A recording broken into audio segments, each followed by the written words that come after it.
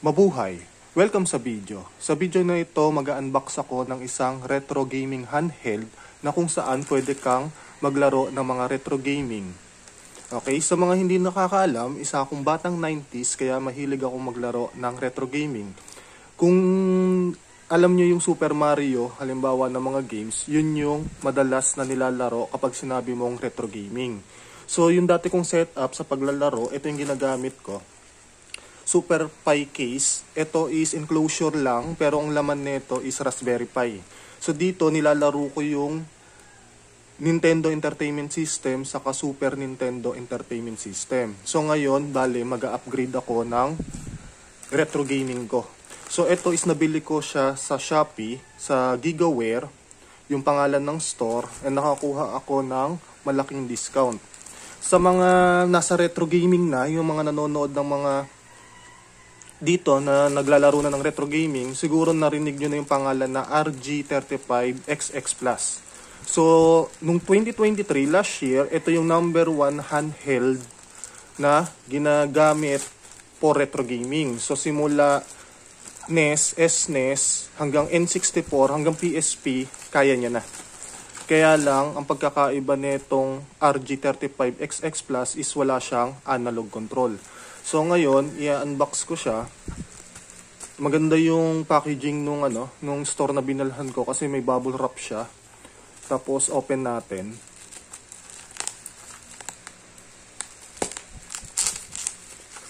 Safe na safe yung yung device.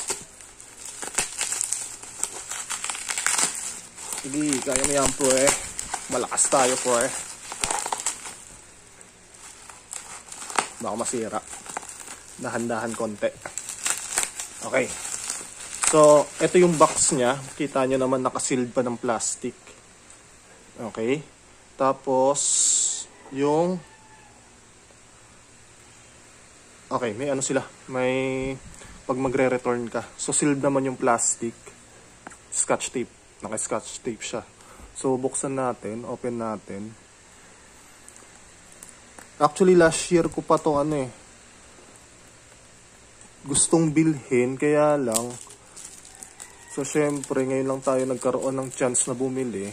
Tapos, nakakuha ako ng malaking discount sa sa store nila, sa Shopee.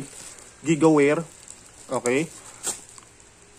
Ang nakita kong technique para makabili kayo halimbawa ng mga electronic device, abangan nyo yung mga live nila sa Shopee. Kasi nagbibigay sila doon ng mga discount voucher.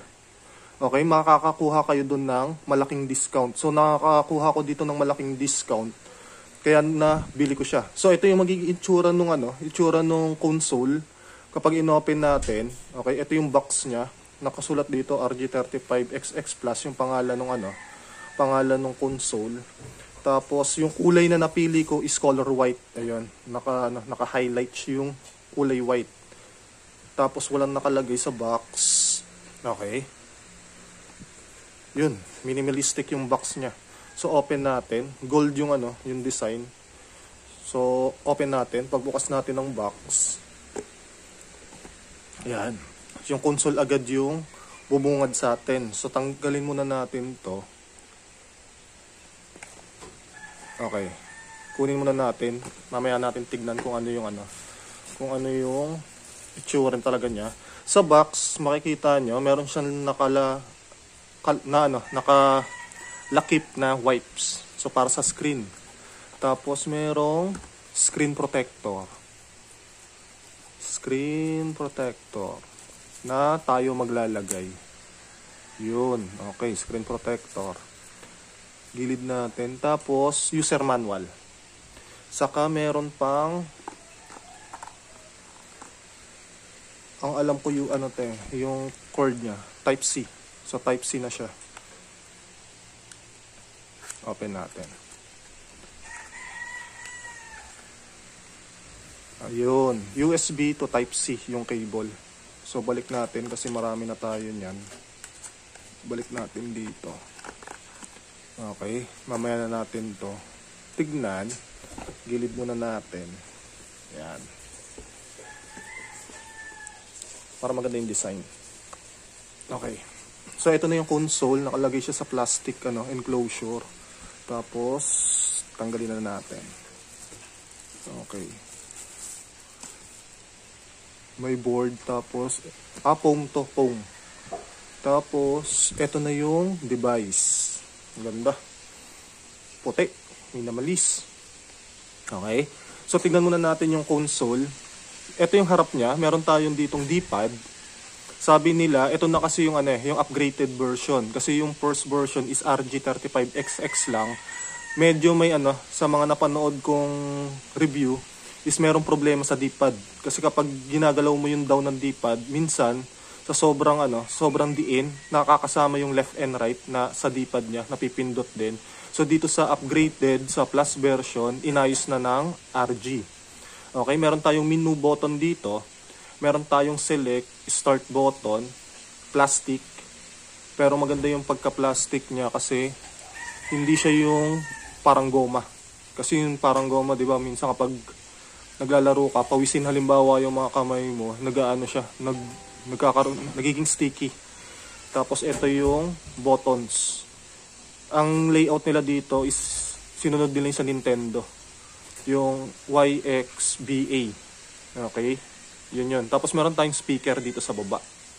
Yan yung sa plus. Tapos yung screen, meron tayong black border.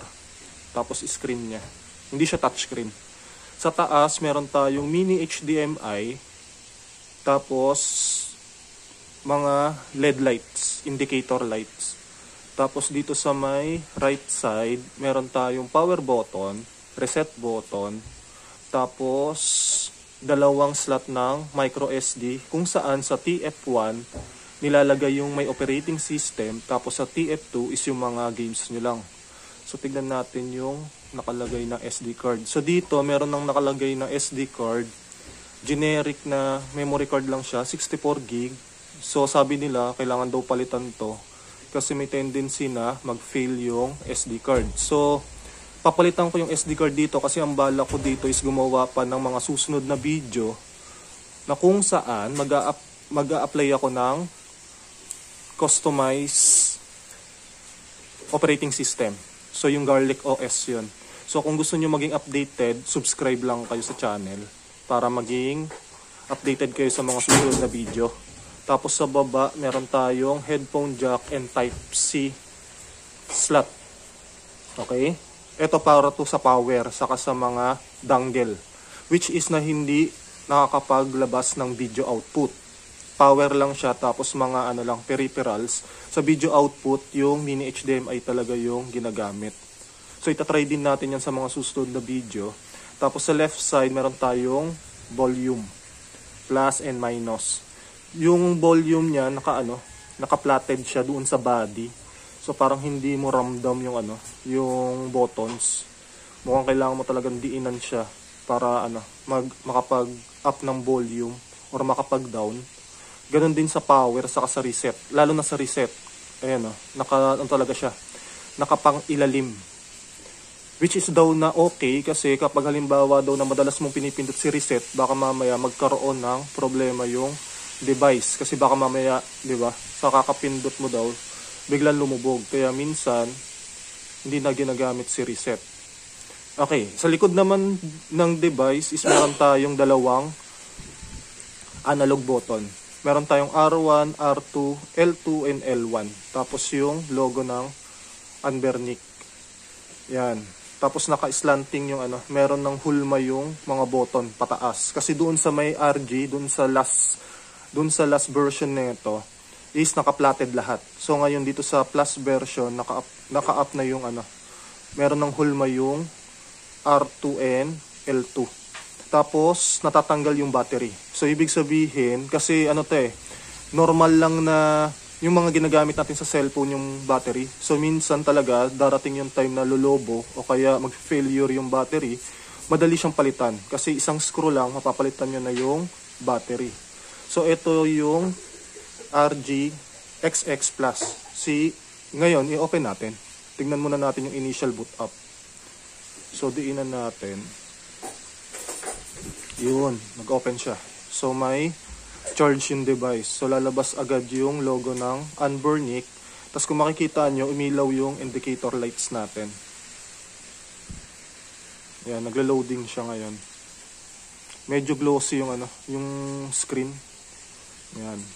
Tapos ito yung initial home nung system natin. Kung makikita nyo sa taas, merong time. Tapos yung ito yung default OS, yung stock OS niya.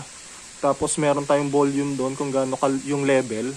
So dito is 10 yung 10 yung nakasulat. Tapos yung battery level. Game rooms, ito yung mga options. Game rooms, yung RetroArch, favorites, history, search, settings. Yon. Kung naririnig yung speaker. Okay, yan. Medyo malakas-lakas para sa 10 volume. Try natin palakasin pa. So, ito na yung maximum. 10 na. Hindi na nagbabago yung yan. So, medyo medyo mahina yung volume niya kung i-compare natin sa mga cellphone. Medyo mahina yung volume niya. Pero try natin sa games. So, dito sa may game rooms, yung pag okay, click yung A.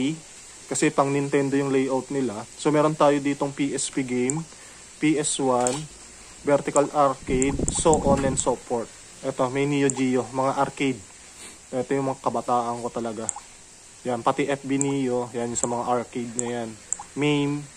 Tapos, ito talaga yung dahilan kung bakit ko talaga siya binili is because gusto ko maglaro ng Game Boy Advance, especially Pokemon. Yan, ito talaga yung gagawin ko talaga siyang dedicated Game Boy Advance console. Kasi meron na akong NES saka SNES Yun nga lang, kailangan mo lang siyang ikabit sa TV. Dito kasi may screen na siya. Na which is na pwede mo nang ikabit sa TV. So, mukhang pang di-display ko na lang ata to. 'Di ba? Pero ang ganda nito Pogi. Okay. So try natin yung yung games. Try tayo ng isa. Game Boy Advance. Sa Game Boy Advance, yung mga games dito, nakalagay na rin siya sa, sa SD card. Sa pag bumili kayo, may mga ROMs na. Huwag nyo na lang tanungin kung saan nanggaling. Okay, bahala na si Anbernic dyan kapag kinasukan sila. Kaya-kaya na nila yan. Okay, so ito yung mga games na kalakip doon sa SD card na kasama nung console. So, hanap tayo ng ng games na pwedeng laruin. So, ito yung medyo pangit sa maramihang games Sabi nung nagbebenta sa Gigaware, almost 6,000 daw yung games. Which is na kung ikaw is a gamer, matutuwa ka. Pero kung meron kang specific na laruin, sobrang dami. Tapos di ba? Though na pwede ka mag-search. Okay? Pwede ka mag-search kasi nakita ko sa mga other video, sa mga review, pwede ka mag-search. Kaya lang sa sobrang dami, yan. Uy, may Crash and Spyro. Okay, Spyro the Dragon, tapos may Crash. Okay. First time ko lang maglaro ng GBA. Game Boy Advance games. Hindi ako familiar dito. Pero sa NES saka sa SNES, familiar na ako. PS2, yan. PS1, medyo hindi ko trip PS1. Harvest Moon. Oy. Try tayo ng King of Fighters sa Game Boy Advance. Okay. Ganda, maputi. Tapos may siya dito. Okay. May gap. Pero naman. Wala namang butas. Okay. So, ito na yung SNK sa Game Boy Advance. So, try natin. Naka-maximum yung volume dito. Kaya kung ano yung naririnig nyo, yun na yun Single play tayo. Okay. Si tayo? Si Ryu. Second. Okay. Eto tayo. Favorite. Nasaan na? Nawala si Okay, pangalawang player. Wala si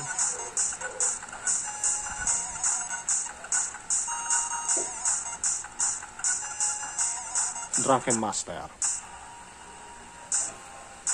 Game Boy Advance. So kung mapapansin nyo, walang analog, D-pad lang talaga yung gagamitin natin.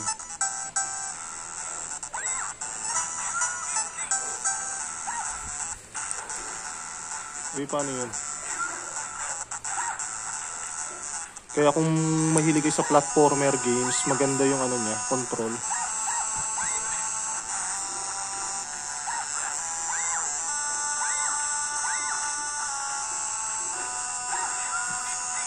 Iba yung panipa ni Mai. Oh, pak. Ito yung tinapat ng SNK sa Street Fighter eh. So si Mai, ang katapat niya, si Chun-Li. Ewan ko lang kung totoo yan. Okay. So sa paglipat ng games, i-click natin yung menu. Tapos may options dito, yung exit games, save games. Yung ano yon, yung parang quick save. Parang magkakaroon siya ng snapshot dun sa nilalaro nyo. Tapos pwede nyong balikan. So tayo, hindi ko naman siya hindi ko na siya isi-save, mag-i-exit na lang ako. Tapos balik tayo sa may menu ulit ng games. So B yung back. Okay, try naman natin yung ano, yung medyo malakasan na na games. PSP tayo. Ito talaga yung ano ko. Ito talaga yung gusto kong makita kung ano yung ano niya. Yung level niya pagdating sa PSP games. Try natin yung wala siyang Fight Night. Fight Night pa naman yung gusto ko. Tekken 6 tayo. Yan, mukhang ito na yung pinaka Hi, nakikita niyo ako. Hi. Ito yung okay. So yung control sa PSP dapat X yung pamili kasi nga PlayStation siya. Okay. Dumidilim. Ayan.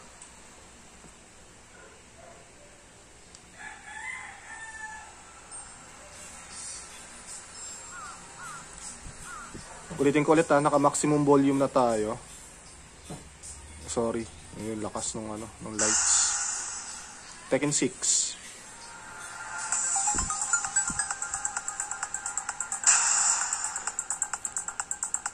Magkano tayo ng pangalan. So paano magbura? OX.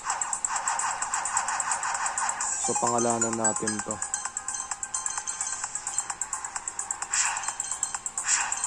Parang naka-format na rin sa pang. So yung X natin A na rin. So naka-format na yung niya. Naka-format na yung controls niya. Naka-map na siya na pang Nintendo na din. So akala ko dapat yung B yung X kasi di ba ganun yung layout ng PSP. Okay. Binago na nila. Okay. Hindi din. Ganun pala talaga. So, okay na yan. So, pili tayo piliin natin si Paul. Nasaan si Paul? Bowa! Nasaan si Paul?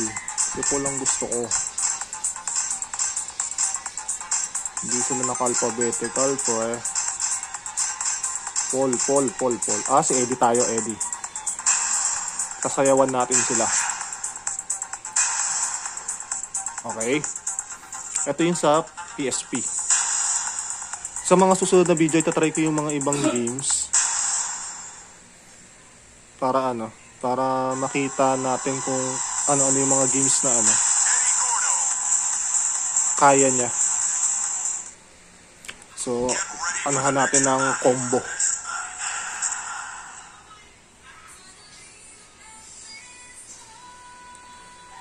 Sino kalabang ko?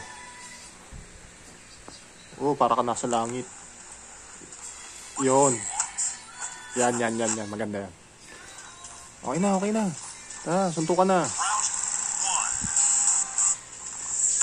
Combo.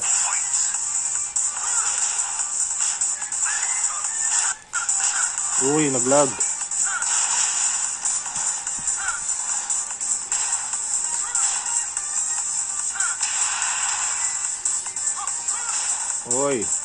Tayo. Yun nagpe-frame skip minsan pero ayos naman. Ayos yung sounds, hindi ganun kalakas pero Yun lang. Yun lang yung initial review dito sa may RG 35XX Plus. Maganda kasi hanggang PSP yung kaya niyang laruin. Maganda sa Tekken. Kaya lang kung nakita nyo kanina, medyo frame skip siya ng very very light. Pero tingin ko siguro dahil sa bagong bukas lang siya. Pero sa mga susunod na video, itatry ko yung ibang operating system, especially the Garlic OS. Kasi yun yung parang magandang operating system dito sa console na to, sa handheld na to. So, kung gusto niyo talagang makita yung mga susunod na update dito, yung mga eksperimentong gagawin ko, subscribe lang kayo sa channel. Tapos, kung natuwa kayo, please like. Okay? Yun lang. Bye-bye. Salamat. Bye-bye.